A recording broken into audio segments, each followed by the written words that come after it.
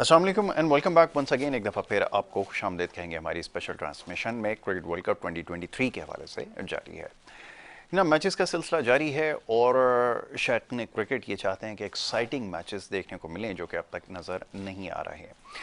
और ख्याल ये है कि आने वाले मैचेस में जब थोड़ा सा वर्ल्ड कप अपने क्लाइमेक्स के करीब होगा तो ज़्यादा ऐसे मौके में असर आएंगे जिसमें हमें एक्साइटिंग मैचेस देखने का मौका मिलेगा। तो बहरहाल अभी इस वक्त मैच आज जारी है, south Africa versus Netherlands.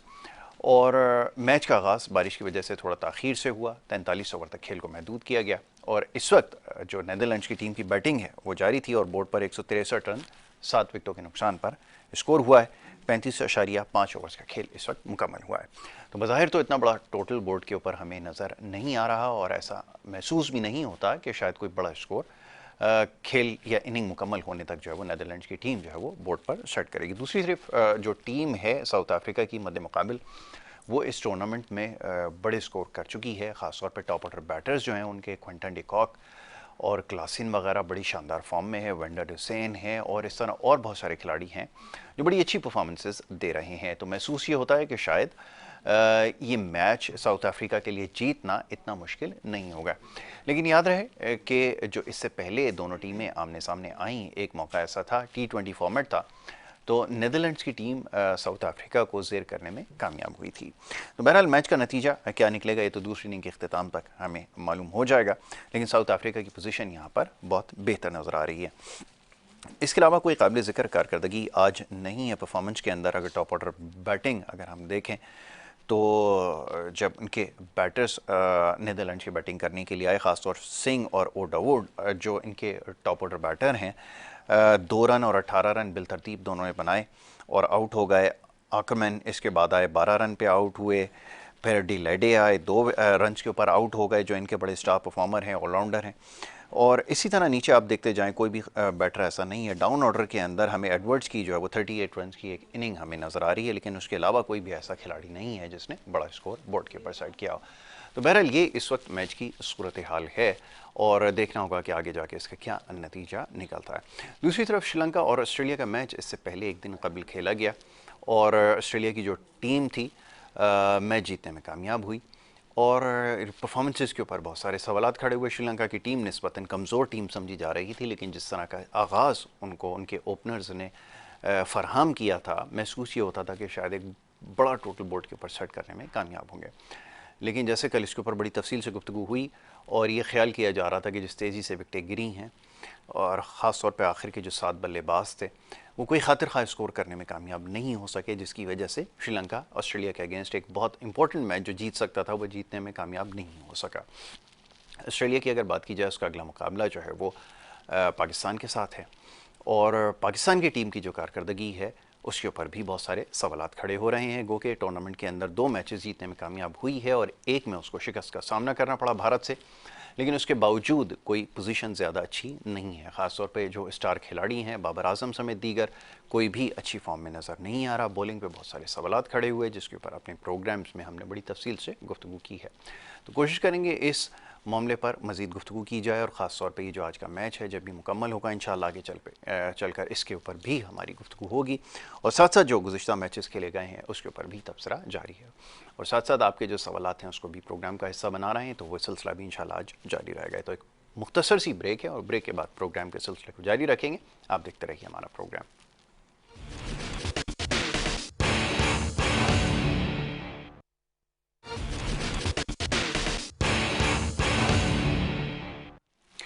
Welcome back once again. एक दफ़ा फिर आपको खुशामदीद कहेंगे और ब्रेक पे जाने से पहले प्रोग्राम की इब्तिदा में बात हो रही थी आज के जो मैच इस वक्त खेला जा रहा है उस हवाले से। और जैसे मैंने अर्ज़ किया कुछ देर कबल कि साउथ अफ्रीका की टीम वो टीम है जो इस टूर्नामेंट में बड़े स्कोर कर चुकी है, यानी 400 प्लस अगर किसी टीम ने किया तो वो साउथ अफ्रीका की टीम है और बड़ा अच्छा टीम कॉम्बिनेशन नज़र आ रहा है। बैटिंग बॉलिंग दोनों ही बहुत ज़्यादा उनकी अच्छी फॉर्म में नज़र आ रही है। बॉलर्स उनके बड़े इस वक्त इफेक्टिव हैं, निगीडी हैं, रबाडा हैं, सारे बॉलर्स बहुत अच्छी, जेंसन हैं, बहुत अच्छी गेंद कर रहे हैं और किसी भी टीम के लिए जो है वो मुश्किलात पैदा कर सकते हैं। स्पिनिंग जो उनका डिपार्टमेंट है उसके अंदर भी बहुत अच्छे उनके पास बॉलर्स हैं, महाराज हैं, तबरेज़ शमसी हैं, बहुत इफेक्टिव रहे हैं सो फार और आज के मैच में भी क्योंकि निस्बतन कमज़ोर हरीफ नीदरलैंड्स की है, उसके खिलाफ अच्छी बॉलिंग उन्होंने किया है और उनको स्ट्राइक किया है लो टोटल के ऊपर। तो बहरहाल ये मैच की सिचुएशन, इसके ऊपर भी बात करेंगे और उससे हट के भी थोड़ा बात की जाएगी मॉडर्न डे क्रिकेट के अंदर ख़ास तौर पर इस वक्त जो परफॉर्मेंस है उसको कैसे बेहतर किया जाए और ये जो फिटनेस के मसाइल हैं ये क्यों पैदा हो रहे हैं। अभी एक बड़ा अहम सवाल है कि जब हम सोशल मीडिया पे देखते हैं तो इस वक्त जितने भी बड़े खिलाड़ी हैं इंक्लूडिंग विराट कोहली, रोहित शर्मा और दीगर जो खिलाड़ी हैं, बहुत ज़्यादा फिज़िकल एक्टिविटीज़ में अपने आप को इंगेज रखते हैं, बहुत ज़्यादा डाइट कॉन्शियस हैं और बहुत ज़्यादा इसके ऊपर वर्क कर रहे हैं। लेकिन बड़ी अनफॉर्चुनेट है कि हमारे जब खिलाड़ी जाते हैं तो उनका जो डाइट रूटीन है, जो प्लान है, वो पता नहीं क्या है। लोग ये सवाल कर रहे हैं कि वहाँ पे जाकर एक खिलाड़ी कहता है जी बिरयानी हमें रोज़ाना खाने को मिल रही है, कुछ इस तरह की बातें हो रही हैं। तो ये परफॉर्मेंस के अंदर ये चीज़ रिफ्लेक्ट होती है और जो प्लेयर की जो फिज़िकल कंडीशन होती है ये भी बताती है कि आपकी क्या अप्रोच है। ख़ास तौर पे कॉन्फिडेंस के हवाले से जैसे बात होती है कि जब भी बड़े मैचेस के अंदर जाते हैं क्यों हम कोलैप्स कर जाते हैं हमारे खिलाड़ी, ये वो तमाम चीज़ें हैं जिसके ऊपर आज हम अब बात करेंगे, कोशिश करेंगे इसके ऊपर भी बात हो और साथ साथ जो मैच की परफॉर्मेंसेस जारी हैं इसके ऊपर तो गुफ्तगू होगी ही।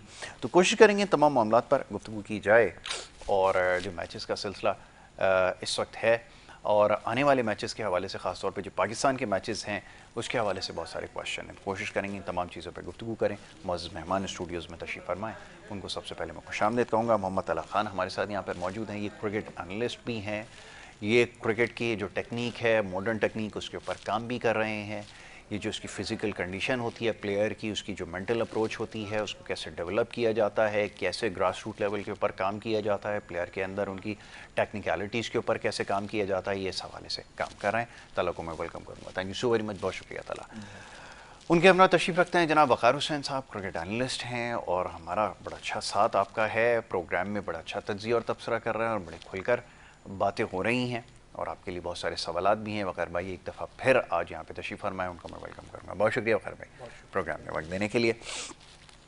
चला, ये अभी जैसे मैंने कहा कि मॉडर्न डे क्रिकेट में बहुत सारी चीज़ें चेंज हो गई। पहले किसी ज़माने में होता था कि क्रिकेट जो है, जो क्रिकेटर है वो ट्रेनिंग में सिर्फ जो है वो चक्कर वक्कर ग्राउंड के लगा लेता था और मेरे ख्याल में ये इनफ हुआ करता था और बाकी जो फिज़िकल ट्रेनिंग होती थी छोटी मोटी वो की जाती थी।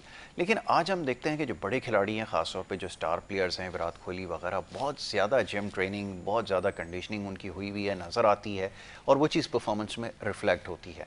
ये क्या वजह है कि हमारे यहाँ प्लेयर्स का वो स्टैंडर्ड अभी तक डेवलप नहीं हो सका है? क्या लैकिंग नज़र आती है? कैसे इसको बिल्ड किया जाता है? मैं चाहूँगा ज़रा इस हवाले से कुछ बताएं।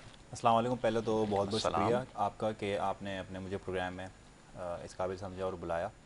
अच्छा, जहाँ तक आपका सवाल है, बिल्कुल आप सही कह रहे हैं। When we are considering Pakistan against all over the world, तो they are very fit enough, they are very intellectually good across us, psychologically they are well enough क्योंकि they absorb pressure in certain condition, they carry the game and they win the situation. हमारे यहाँ जो फुकदान है actually हमारे personal, मैंने जहाँ तक, क्योंकि मैं ग्रास रूट पे और first class cricketers, international cricketers, मैं तमाम लेवल ऑफ क्रिकेटर्स के साथ इन्वॉल्व रहता हूँ, तो मैं बहुत ही करीब से ये चीज़ देख पाता हूँ। सबसे मेन रीज़न जो है, जहाँ तक हमारी एक, अगर मैं आपको बताऊं, लोकल क्रिकेटर्स जहाँ से बन के इंटरनेशनल में पहुँचते हैं, वहाँ पर एक बहुत एक अनसर्टन सिचुएशन है जिसको मैं डील आउट करता हूँ। मैं अपना ज़्यादा टाइम, अगर मैं क्रिकेट खेल रहा हूँ तो उसके बाद का जो टाइम है मैं अपनी स्टडी, स्पोर्ट्स एनालिस्ट, अपनी पर्सनल एनालिस्ट पे लगाता हूँ। जो लोकल क्रिकेटर्स का ध्यान है वहाँ हंसी मजाक फन चल रहा होता है। Exactly. तो they actually they are so talented. उनकी, मैं जब उनको देखता हूँ कि उनकी बात करने की, उनकी चीज़ों को समझने की अप्रोच बहुत अच्छी होती है, लेकिन they are wasting their time in sort of thing, हंसी मजाक शुगल। एक शुगल का बड़ा खतरनाक कॉन्सेप्ट है जो हमारे लोकल क्रिकेट में, वहाँ से क्रिकेटर सीरियस नहीं होते। तो वो टाइम अगर वो अपने इंटेलेक्चुअल चीज़ों पे, अपनी एनालिटिकल चीज़ों पे, अपनी स्ट्रेंथ एंड कंडीशनिंग की चीज़ों पे लगाए, एग्जैक्टली, तो यहाँ का जो फुकदान है ये एक तो बहुत बड़ा मसला है। दूसरा, हमारे जहाँ तक सिस्टम की बात की जाए, हम being a PCB cricket board काफ़ी एफर्ट्स करता है इनके ऊपर इन्वेस्ट करने की, प्लेयर के ऊपर डेवलपमेंट करने की, लेकिन जो नीचे सतह से जहाँ से प्लेयर ग्रो करके आते हैं, they don't see any professional attitude in that ground. तो ग्राउंड रियलिटी में जब हमारे ऑफिशियल लेवल पे जो लोग हैं, दे आर नॉट प्रोफेशनल, उसमें बहुत ही रेलू कट्टा सिस्टम चल रहा होता है। तो वहाँ से जो लड़के लर्निंग कर रहे होते हैं ना, फिर वो जब एक बिल्कुल गैप है बहुत बड़ा डोमेस्टिक सर्किट में और इंटरनेशनल क्राइटेरिया में, बहुत ही बड़ा। अभी अभी इंटरनेशनल, अभी डोमेस्टिक सर्किट में भी कुछ फॉरेन कोचेस आने लगे हैं। इसके साथ साथ कुछ प्लेयर की अप्रोच में डिफरेंट आए, क्योंकि पैसा लेके आए हैं कोचेस, प्रोफेशनल कोचेस लेके आए हैं, तो बाहर से इंग्लैंड वगैरह से भी पाकिस्तान के वापस कोचेस आए पाकिस्तान में काम करने, तो वहाँ तक का थोड़ा सर्टेन ग्राउंड एक बेहतर है। लेकिन उसके नीचे की जो अप्रोच है प्लेयर्स की, और उनको जिस तरीके से ग्राउंड मिलता है, तो वो इस चीज़ को अंडरस्टैंड नहीं पकड़ कर पाते। और दूसरी एक बहुत बड़ी खतरनाक जो प्लेयर के साथ होती है, जिससे वो बहुत ज़्यादा रिटायर्ड होता है, वो ये कि जिस अप्रोच से प्लेयर नीचे से खेल के आता है, वो जब अचानक से ऊपर जाके उसको इतनी प्रोफेशनल स्टारडम मिलता है, तो वो घबरा जाता है जी। वो घबराहट की वजह से वो वहाँ से कोलैप्स करके वापस नीचे आता है और वो अफसोस करता जाता है। तो हमारा एक सिस्टम का बहुत बड़ा एक डिफरेंशिएशन है ना, गैप। हमारी जो टॉप मैनेजमेंट के ऑफिशियल्स हैं वो ऊपर ऊपर काम करके निकल जाते हैं और ऊपर ऊपर की चमकती हुई चीज़ों को दिखा देते हैं। नीचे जहाँ से प्लेयर को एक्चुअली लेके आना है, वहाँ कोई इन्वेस्टमेंट नहीं, कोई फोकस नहीं, किसी किस्म का काम नहीं होता, जिसकी वजह से बहुत बड़ा एक गैप आ जाता है। राइट, तो आपके ख्याल में कॉस्मेटिक चेंजेस से ज़्यादा ज़रूरी है कि ग्रास रूट लेवल के ऊपर काम किया जाए, और वहाँ से प्लेयर को अगर ग्रूम करेंगे तो ऊपर जाके फिर वो हमें चीज़ नजर आएगी। ग्रास रूट लेवल पे काम करने के लिए आपको सबसे पहले छोटे स्पॉन्सर्स, छोटे ऑफिशियल से आपको उनको ट्रेन करना पड़ेगा। You have to give them training for sort of 5 years to 10 years, then they'll convert player into professionals। बिल्कुल ऐसा ही हुआ, तो बड़ी टीम्स के अंदर हमने ऐसा ही देखा है। हमारे जो सिस्टम है, वहाँ पर जो ऑफिसर्स हैं वो नीचे आके इन्वेस्टमेंट नहीं करना चाहते हैं। तो नीचे इतने टैलेंटेड, प्रोली टैलेंटेड प्लेयर, अगर आप बहुत ही थर्ड क्लास क्रिकेट की बात करें, तो यहाँ कराची में जब पेंडेमिक था तो मल्टी नेशनल क्रिकेट हो रही थी, जो कि क्रिकेटर्स को तबाह होने से सेव कर रही थी, टू बी ऑनेस्ट, क्योंकि उसमें कुछ ऐसे स्पॉन्सर्स थे जो बच्चों को थोड़े बहुत पैसे देके उनको खिलाते थे, तो उनके घर वाले भी खुश थे, देवर कंटिन्यूइंग इट। और स्पोर्ट्स में तो सारे सब खत्म हो चुके थे। तो मैं देखा उसके अंदर भी इतना बड़ा गैप था कि किसी ऑफिसर्स ने उसको कन्वर्ट करने की कोशिश नहीं करी कि इनटू प्रोफेशनल। हालांकि उसमें इतना पैसा है कि प्रोफेशनली कन्वर्ट हो सकते हैं। International player love to play with them because they pay you decent amount. तो जिसकी वजह से प्रोफेशनलिज्म में बहुत बड़ा गैप आता है और प्लेयर चीज़ें सीख नहीं पाते, ना न्यूट्रिशन वाइज, ना अपने ऊपर कोई प्रोफेशनल। बिल्कुल ठीक है, मैं तला इस तरफ आऊँगा ज़रा। ये बड़ी इंपॉर्टेंट चीज़ है जिसकी अभी आपने निशानदेही की है कि प्लेयर की अपनी कितनी एफर्ट होती है, ये भी समझना ज़रूरी है। मैं ज़रा वकार भाई के पास चलता हूँ। वकार भाई, ज़रा मैच के सिलसिले का आगाज़ किया जाए, और गुज़िश्ता रोज़ जो मैच खेला गया उसके लिए बड़े मैसेजेस आते रहे कि श्रीलंका की टीम इब्तिदा में ऐसा महसूस हुआ कि शायद मैच जीतने की पोजीशन में है, और उसके बाद ऑस्ट्रेलिया ने उनको बिल्कुल आउट क्लास किया है और कंप्लीट डोमिनेंस अपनी शो की है, जो कि बहुत लथार्जिक नज़र आ रहे थे स्टार्ट में, लेकिन उसके बाद all of a sudden match ऐसा चेंज हुआ कि महसूस होता था कि शायद कोई गड़बड़ है। हम लोग शायद ऐसा समझते हैं।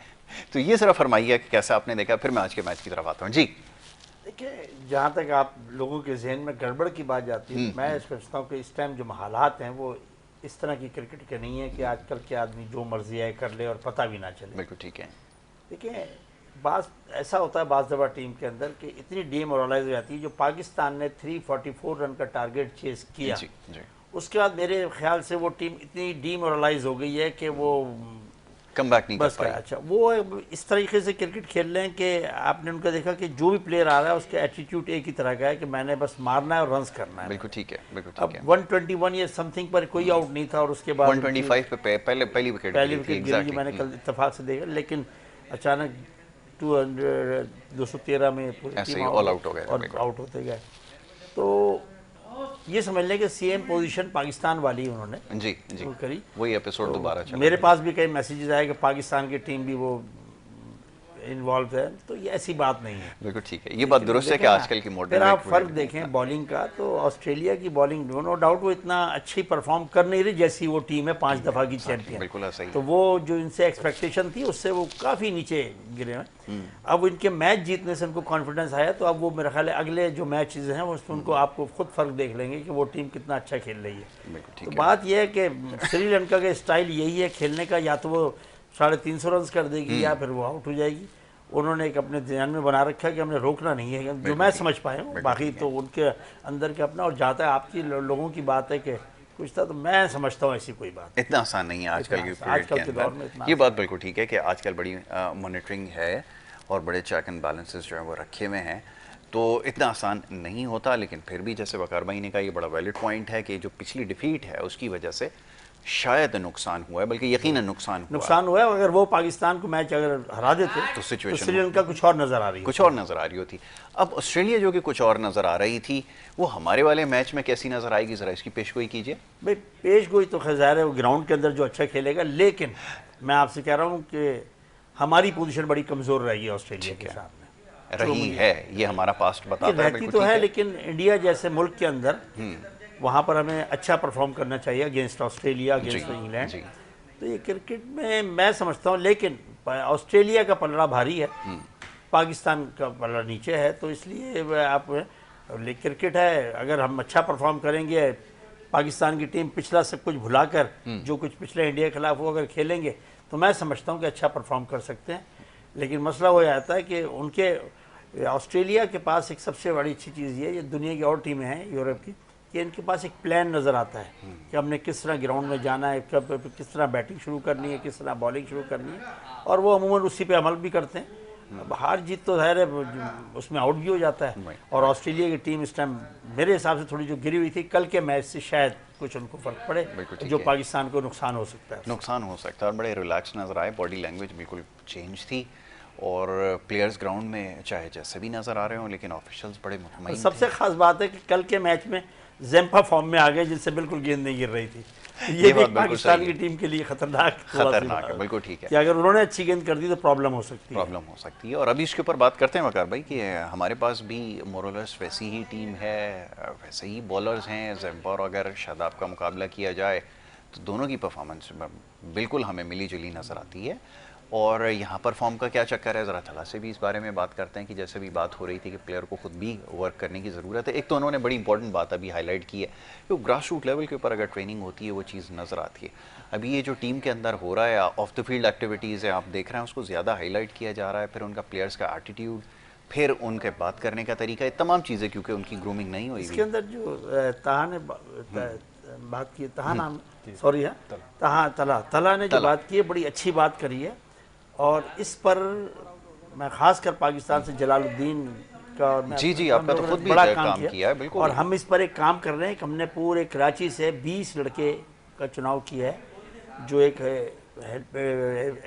NGOs है अमेरिका की, हेल्पिंग हैंड के साथ मिलकर उन्होंने हमें स्पॉन्सर किया है, और उनका बड़ा लंबा प्रोग्राम है, और उन बच्चों के ऊपर हर तरह का काम होगा, फिजिकल, मेंटल, अपना टेक्निकल, मेंटल और टैक्टिकल, हर तरह का काम होगा उनको तो ये आप देखिएगा इंशाल्लाह जो वो 20 लड़के हैं उसमें से आपको आज से अगर ज़िंदगी रही तो 20 साल, अपने 4 साल, 5 साल, 6 साल बाद वो आपको टीम में नज़र आ जाएंगे इंशाल्लाह। बिल्कुल ऐसी अच्छी एफर्ट है जी। चलो अब बताइए, जैसे बात हो रही थी, एक सेल्फ ग्रूमिंग होती है, एक एफर्ट होती है, वो नज़र नहीं आती, उसके लिए क्या करना चाहिए? और आजकल बड़ा कंपैरिजन होता है कि हम देखते हैं जब बड़े बड़े स्टार खिलाड़ियों को उनकी ट्रेनिंग देखते हैं, उनका वर्कआउट सेशन देखते हैं तो हैरान रह जाते हैं, लेकिन यहाँ पर हमारे पास शायद कोई ऐसी सूरत हाल नज़र नहीं आती। करते ज़रूर हैं, अपनी कैपेसिटी एक है, ज़ाहिर ट्रेनर एक उनके साथ है, एक फॉर्मेलिटी के लिए, लेकिन फिर भी वो चीज़ ग्राउंड में रिफ्लेक्ट नहीं होती। इसकी क्या वजह है, ज़रा बताएं। सबसे पहले तो मैं प्लेयर को खुद जिम्मेदार ठहराता हूँ अपनी परफॉर्मेंसेस का, क्योंकि if you talk about me my self, मैं एक बहुत ही बैकयार्ड किस्म का प्लेयर था, I was not good enough. तो मेरी इंटरेस्ट इतना था अपने आप को बेहतर बनाने में, तो I studied about sports sciences. तो उसके बाद जब मैंने एक्सप्लोर करनी चीज़ें शुरू करी तो मुझे अपनी टेक्निक को इम्प्रूव करना, अपनी स्ट्रेंथ एंड कंडीशनिंग को इम्प्रूव करना, मसल मास गेन करना, ये मुझे किसी ने बैठ के ट्रेनर ने मुझे आज तक नहीं सिखाया। I did it my self and now I am that much aware of that कि मैं अब दूसरों को ट्रेनिंग देता हूँ, करता हूँ। तो प्लेयर अपने साथ जो टाइम को वेस्टेज बनाते हैं, सबसे पहले तो हम गोरों से एक तो बहुत जल्दी से इंस्पायर होते हैं, ओ माय गॉड ये क्या कर रहा है। They are nothing because they are just on a discipline way, what they see they try to do, they never give up. हमारे जो प्लेयर्स के अंदर सबसे पहले तो इस चीज़ का फुकदान है, वो आप इवन हमारे टीवी प्लेटफॉर्म से भी कितनी चीज़ें सीखने को मिलती होंगी, बट इज़ देयर एनीवन कि जिसने आपको कमेंट किया हो या ईमेल करके पूछा हो कि यार वो फला बात जो थी उस पर मैं वर्क कर रहा हूँ, and I am sending you that कि उसने बायोमैकेनिकल मूवमेंट की बात की क्रिकेट में, तो मैं आपको वर्कलोड बना के भेज रहा हूँ, क्या एम आई राइट? कभी भी नहीं ऐसा आया हुआ, कोई प्लेयर कोशिश नहीं करता। तो जहाँ तक ये बात है, एक तो अवेयरनेस फैलाने की बहुत ज़्यादा ज़रूरत है, और एक और जो ग्राउंड रियलिटी मैं आपको बताऊँ, फुकदान ये, अगर यहाँ कोई एजुकेटेड, क्वालिफाइड एंड जो कि मॉडर्न चीज़ों को करने के लिए ट्राई कर रहा हो कोई कोच, यहाँ उसका मजाक भी उड़ता है। तो उसके लिए ऐसे काम करना भी बड़ा मुश्किल होता है, क्योंकि आई एम माई सेल्फ, मुझे बहुत से लोग बहुत सी बातें कहते हैं, लेकिन मुझे ये पता है कि मेरा टारगेट क्या है। तो आई एम वेरी फोकस्ड, और मेरे अंडर जितने भी इन्फ्लुएंस में प्लेयर खेलते हैं, and they are also very targeted because they know our leader is targeted. तो इन प्लेयर्स को ये चाहिए कि अपना प्लेटफॉर्म, अपनी इंगेजमेंट ऐसे लोगों से जोड़े जो कि they can teach you something new, something modern. अभी रिसेंटली जहाँ तक मैं देख रहा था अकेडमीज़ में, लोअर लेवल की अकेडमीज़ में ये होता था कि प्लेयर को ड्राइव खिलाना सिखाई जा रही है, डिफेंस कराना। अब वो क्रिकेट ही डिफरेंट हो गई है। ठीक है। अब when you go in a certain team, तो your coach ask you not to defend, he ask you to pull it or drive it or sweep it. बिल्कुल ठीक है। So you have to teach them in a modern, in that way, क्योंकि फिर आप 10 साल पहले वाली cricket सिखाएंगे and फिर उसके बाद वो वहाँ जाएंगे एडजस्ट नहीं हो सकेंगे। बिल्कुल ठीक है, आपने सही कहा। तो ये वाला जो सिस्टम है, इसके ऊपर आपको ग्रास रूट लेवल पे ऐसे कोचेस को इंस्पायर, एजुकेट एंड ट्रेन करने की जरूरत है, जो कि कन्वर्ट करें प्लेयर्स में। अच्छा, ये वकार भाई, ये ज़रा क्योंकि थोड़ा सा ऑफ टॉपिक हो जाएगा, लेकिन चलें आज बात कर लेते हैं, क्योंकि आप इसके ऊपर काम कर रहे हैं। जैसे तलहा ने कहा कि वो अप्रोच पहले जो हुआ करती थी जब हम क्रिकेट खेलते थे कि सीधे बल्ले के साथ खेलो, हेड डाउन होना चाहिए, हेड ऑन क्रिकेट खेला करो, मिड ऑन मिड ऑफ के ऊपर मार के दिखाओ, अब तो वो क्रिकेट नहीं रही है। अब जो सिस्टम पूरी दुनिया में आ गया है, एक ही बात है, मॉडर्न डेज की क्रिकेट। हाँ, बिल्कुल। आपने एक चीज़ नोट की होगी कि मॉडर्न डेज क्रिकेट हमने खेलनी है, उसका सिस्टम हमने अपनाना है, वही हमने काम करना है। और मॉडर्न डेज क्रिकेट में यही चीज़ सिखाई जाती है कि बैट्समैन, जब पुरानी क्रिकेट हम देखते थे तो पहली गेंद पे अगर वो छक्के वाली भी दे रहा था, हम उसको रोक लिया करते थे। लेकिन अब तो ये है कि पहली गेंद ही अगर आपको चौके छक्के वाली मिल रही है तो आपने उसको हिट करना है और उसको वही उसके साथ बर्ताव करना है। और आपने देखा होगा कि यही होता है कि आने वाली पहली गेंद पर ही जो बैट्समैन नया आता है वो कभी चौका भी मार देता है, कभी छक्का भी मार देता है, जो एक ज़माने में नहीं होता था। तो मैंने कहा तला माशाल्लाह, जो इनकी मैंने बातें सुनी तो लगता है कि बड़ा इसमें काम अच्छा कर रहे हैं और ये आइंदा भी करेंगे। और कभी हमसे मुलाकात नहीं, वरना इंशाल्लाह इनको अगर नॉलेज में नहीं है, मैं इनके अंडर सर्टेन कैंप्स अटेंड कर चुका हूँ, जब वेरी गुड वेरी गुड। तो मैं इनको बहुत अरसे से जानता हूँ और जानता हूँ, इनको ये भी पता है कि हम लोग बिल्कुल मॉडर्न डेज क्रिकेट के हिसाब से बात करते हैं। और हमने माशाल्लाह से जिस तरह क्रिकेट चलाई, हमारे पास इतने रिसोर्स ना होते हुए भी ये अगर तला ने जिस तरह का, तो हमने वो काम किया। वकार भाई, ये बताइए कि ये बच्चे जो होते हैं, अब ज़ाहिर है उसका फोकस नहीं होता, बहुत सारे तो ऐसे ही खेल रहे होते हैं क्योंकि क्रिकेट उनकी हॉबी है और कोई उनके लिए और कुछ है नहीं करने के लिए, कोई फन एक्टिविटी या दीगर कोई स्पोर्ट्स है नहीं, तो वो कहते हैं चलें क्रिकेट खेलते हैं। बहुत थोड़े ऐसे हमें क्रिकेटर नज़र आए जो बहुत कम उम्र से फोकस्ड होते हैं कि मैंने रिप्रेजेंट करना है, और उनको पता भी होता है कि मैंने स्टेप बाय स्टेप इसको थ्रू करना है, तो मैंने किस प्रोसीजर को गो थ्रू करना होगा। तो ये क्या काम होता है, इसके ऊपर बताया जाता है कि तुम्हारा अगला लेवल ये तुमने अचीव करना है, फिर अगला लेवल ये अचीव करोगे तो जाओगे? आज मैं आपको सबसे एक अहम बात बताऊं, ज़रूर बताइए। कि पूरी दुनिया क्रिकेट के अंदर रॉ टैलेंट सबसे ज़्यादा पाकिस्तान में है। मैं बात कर रहा हूँ रॉ टैलेंट की जी। अब उस रॉ टैलेंट के साथ हमने किस तरह उसको बनाना है, किस तरह, जैसे मैंने अगर आपके एक प्रोग्राम में बात करी थी कि स्पोर्ट्स के अंदर अगर 5 चीज़ें जो किसी स्पोर्ट्समैन, मैं तो क्रिकेट की बात कर दूँ, क्रिकेटर के पास हैं, तो he is a complete cricketer. बिल्कुल ठीक है। टेक्निकल, टैक्टिकल, फिजिकल, मेंटर और लाइफ स्टाइल। बिल्कुल ठीक है। और ये हमारे यहाँ पे जो जितनी क्रिकेट हमारे बच्चे आते हैं, तो हम उनको सबसे पहला सबक ये देते हैं कि ये चीज़ है, इसको किस तरह क्या करना। क्योंकि हमारे यहाँ तो बड़ा फुकदान, मैं आपको बता रहा हूँ आज से, अब तो मुझे नहीं पता, लेकिन मैंने ये तक देखा है कि जब लड़का पहली दफ़ा पाकिस्तान की टीम में सेलेक्ट होता था, तो वो जब 5 स्टार होटल में जाके ठहरता था, तो उसको ये नहीं पता होता था कि बात चीज़ें कि ये मैंने किस तरह जाना है, बाथरूम किस तरह करना है। तो ये सब चीज़ें सिखाई जानी चाहिए और अब सिखाई जाती हैं। और अब मैंने कहा ना कि मॉडर्न डेज क्रिकेट के अंदर बहुत सारी चीज़ें चेंज हो गई हैं। अब आप पुरानी क्रिकेट को भूल जाए कि इस तरह खेलना है और सीधे बल्ले से खेलना है। अब तो आपने पहली बॉल पे उल्टा भी मारना है और सीधा भी मारना है। ठीक है, अगर आपको चांस मिले तो आप और कर सकते हैं। हर चीज़ होनी चाहिए, फिजिकल भी फिट होना चाहिए, टेक्निकल भी अच्छा होना चाहिए, टैक्टिकल, मेंटल, जो मैंने आपको बताई सारी बातें थी। मैं इस बात पे एक शॉर्ट में जवाब देना चाहूँगा। आपने कहा ना कि क्रिकेटर, बहुत सारे क्रिकेटर्स खेल रहे होते हैं लेकिन उनको पता नहीं होता। एक्चुअली यहाँ बहुत ज़्यादा ज़रूरत है अच्छे स्पोक्समैनशिप की। Coach has to be a good sportsman, because बच्चे जब अपने 12 से 14 साल की एज के अंडर होते हैं, तो they are managed by their parents. तो आपको सबसे पहले तो पेरेंट्स, उनके पेरेंट्स पीछे से उनको रोके हुए होते हैं कि आप मत जाना, आपका फ्यूचर ख़राब हो जाएगा। हालांकि अगर मेरे साथ भी ये बहुत हुआ कि मुझे क्रिकेट खेलने से वालिदा मुझे बहुत सपोर्ट करती थी और जगहों पे मुझे बहुत रुकावट थी, लेकिन मेरी वालिदा ने मुझे एजुकेशन के बारे में बताया कि आप एजुकेशन के साथ क्रिकेट खेलोगे। तो दूसरी चीज़ ये बड़ी इंपॉर्टेंट थी अवेयरनेस की, कि जब आप उनके कोई भी एकेडमी है, सबसे पहले तो उनके पेरेंट्स को अवेयर करें कि क्या क्या सॉल्यूशंस हैं यहाँ इस क्रिकेट में। तो सॉल्यूशंस के बारे में जब पेरेंट्स को नहीं पता होता, वो बच्चों को उस तरीके से एक्टिवली पार्टिसिपेट नहीं करने दे रहे होते, जिसकी वजह से प्लेयर की जो एफर्ट है वो पूरी नहीं लग पा रही होती और इवेंचुअली वो जा रहा होता है। तो अच्छा, एक बहुत बड़ा फुकदान ये भी है हमारी सिस्टम में, वो ये कि हमारे जो ऑफिशियल्स हैं वो सिर्फ क्रिकेट प्लेयर्स को बता रहे होते हैं कि बस यहाँ तक क्रिकेट है, अंडर 16, अंडर 19। इवन मैंने तो अपने बचपन में यही सुना था कि अंडर 19 के बाद तुम्हें एक बंद सी दीवार नजर आएगी। तो मतलब मुझे इस लेवल का डरा दिया गया था। लेकिन जब मैंने अपना कीबोर्ड चलाया, मैंने उसको ऑपरेट किया, तो मैंने देखा there are millions of cricket team which needs you as a cricketer, as a coach, as a whatever. तो आपकी लाइफ बड़ी सिक्योर है अगर आप एक्सप्लोर करो। तो मेरे पास जितने भी लोग आते हैं, मेरी एकेडमी जितने बच्चे आते हैं, तो मैं उनको एक्सप्लोर करना सिखाता हूँ। मैं उनको वो लिंक्स, वो आइडियाज़, वो फ्यूचरिस्टिक अप्रोचेस सिखाता हूँ, जिससे वो अब तो वो फिर डरते नहीं हैं, फिर वो अगले 25 साल 30 साल भी कैरी ऑन करते हैं। नहीं तो बच्चा अंडर 19 के बाद डर के वो कोई इधर चले जाता है। तो यहाँ बहुत काम करने की ज़रूरत है, और कोई भी स्टेप अप करता है, मेरी एज का या मुझसे छोटा कोई भी लड़का, तो उसके लिए अगर वो क्रिकेट खेल रहा है तो साइड में वो अपनी इन चीज़ों को भी अप्रोचफुल बनाए। आजकल तो आपको पता है डिजिटल ज़माना है सोशल मीडिया का, तो सोशल मीडिया के थ्रू अगर आप किसी को इन्फ्लुएंस करते हैं तो बहुत सारे लोग आपके साथ इकट्ठे होते हैं जो कि आपको बहुत हेल्प आउट करते हैं किसी भी एक मुकाम पे पहुंचने के लिए। तो चीज़ें बहुत आसान हो गई हैं अगर हर इंसान अपने आप को एक्सप्लोर करे कि वो किस डायमेंशन में काम कर सकता है। तो there is lots of dimension, किसी को ज़रूरत नहीं है, आप अपने आप खुद भी कर सकते हो। You can become an influencer yourself.